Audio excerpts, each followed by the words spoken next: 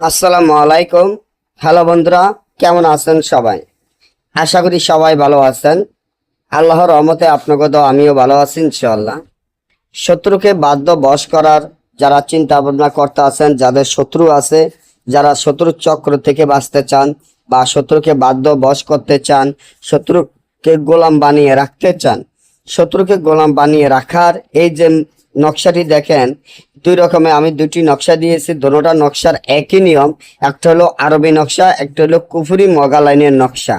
আপনারা যারা যাদের শত্রু আছে, যারা শত্রুকে বাধ্য করতে চান, শত্রুকে নিজের মতো করে চালাতে চান, শত্রুকে গোলাম বানিয়ে রাখতে চান, তারা আমার এই চ্যানেলটি সাবস্ক্রাইব করেন, লাইক করেন, আপনাদের বন্ধুদের সাথে ফেসবুকে শেয়ার করবেন।